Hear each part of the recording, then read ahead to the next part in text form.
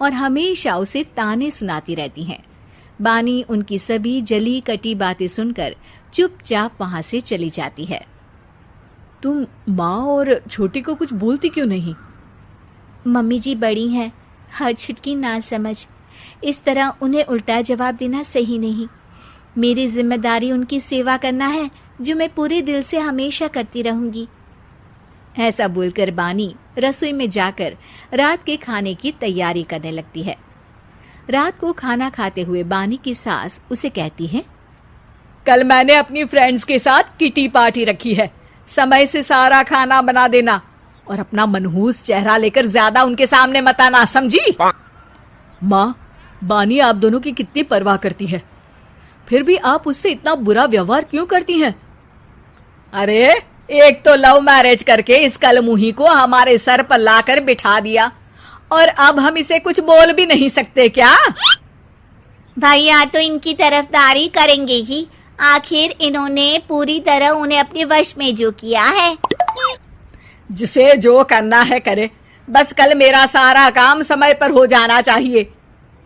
इस पर सब खाना खाकर सोने चले जाते हैं और अगले दिन बानी जल्दी उठकर सास की किटी पार्टी के लिए तैयारियां शुरू कर देती है। जिस पर पार्टी शुरू होने के बाद सास की सहेलियां कहती हैं, अरे वाह री, तेरी बहू ने तो बड़े स्वादिष्ट समोसे बनाए हैं।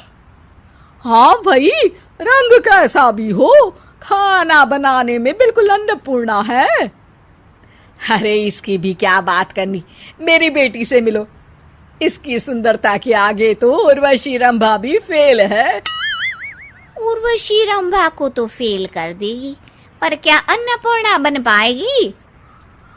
अरे इसे काम करने की क्या जरूरत, उसके लिए बानी है तो, और मैं तो इसकी शादी भी किसी नौकर चाकर वाले घर में ही करूंगी। बानी वापस रसोई में चली जाती है और किटी पार्टी चलती रहती है।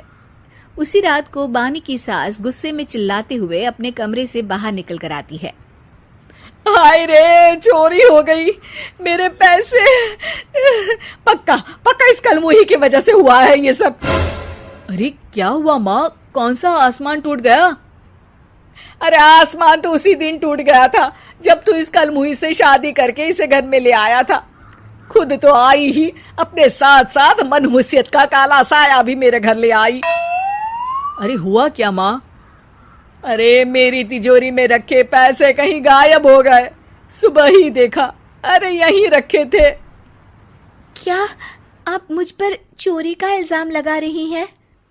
अरे काली बिल्ली पर भी क्या कोई मनहूसियत का इल्जाम लगाता है? ऐसा बोलकर बानी की सास वहां से चली जाती है। जिसके बाद शिवम और बानी बात करने लगते हैं। देखो, मम्मी की बात का बुरा मत मानना, वो बस परेशान है ना, इसलिए कुछ भी बोल गई। वो परेशान नहीं, मुझसे नफरत की वजह से ऐसा बोलकर गई हैं। उन्हें मैं हमेशा एक आंख नहीं सुहाती। देखो बानी, अगर तुम चाहो तो हम दूसरा घर लेकर वहां शिफ्ट कर सकते हैं। आखिर तुमसे प्यार करके तुम्हें अपनी जिम्मेदारी पर इस घर में लेकर आया हूं, इस तरह टॉर्चर नहीं होने दे सकता।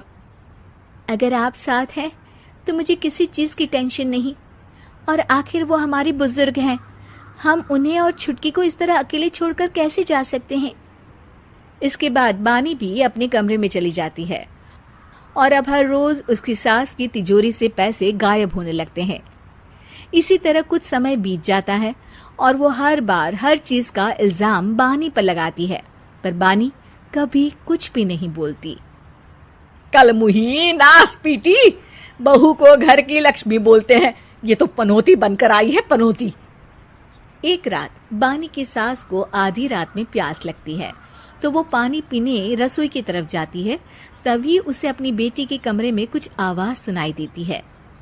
हाँ हाँ, मैंने मम्मी की तिजोरी से हर रोज थोड़े थोड़े पैसे निकाल कर हम दोनों के लायक खूब पैसे इकट्ठे कर लिए हैं, और मम्मी आज तक उस सब के लिए भाभी को ही जिम्मेदार समझती है।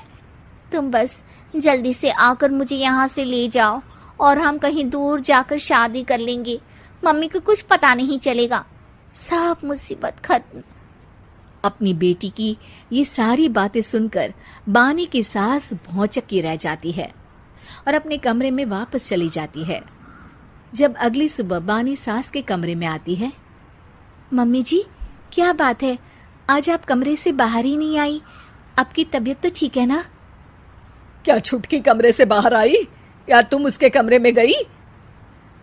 नहीं नहीं, क्यों, जाना है क्या? मैं अभी चली जाती हूँ। नहीं, कोई कहीं नहीं जाएगा। इस पर वो बानी को साथ लेकर कमरे से बाहर आती है, जहाँ शिवम भी होता है। वहां उसकी सास बोलती है, छुटकी मेरी तिजोरी के सारे पैसे लेकर अपनी माँ के बारे में कोई ख्याल कर